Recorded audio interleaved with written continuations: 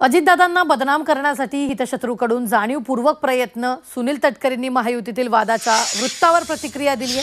भाजपकडून दादांमुळे फटका असा आरोप झालेला नाही असं देखील तटकरेंनी म्हटलंय. महायुतीतील कुठल्याही नेत्याची भूमिका समोर आलेली नसल्याचं तटकरेंनी यावेळी स्पष्ट केलं.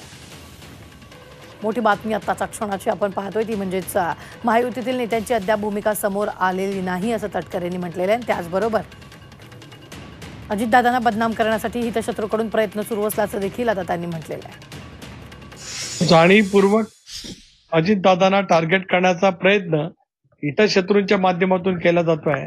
भारतीय जनता पक्षाच्या नेतृत्वाकडून या संदर्भातली स्पष्टपणाची कुठलीही भूमिका नक्की त्या ठिकाणी नाही.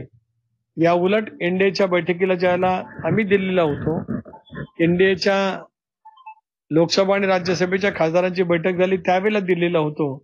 त्यावेळेला दिल्लीतील शिस्त नेतृत्वाच्या जवळ झालेली चर्चा असेल, राज्यातील नेते म्हणजे मुख्यमंत्री एकनाथराव शिंदे, देवेंद्रजी, अजितदादा यांच्या समिती ज्यावेळेला माझी चर्चा झाली त्यावेळेला अशा पद्धतीची कुठेही चर्चा आम्ही त्या ठिकाणी म्हणजे आली नाही चर्चेमध्ये.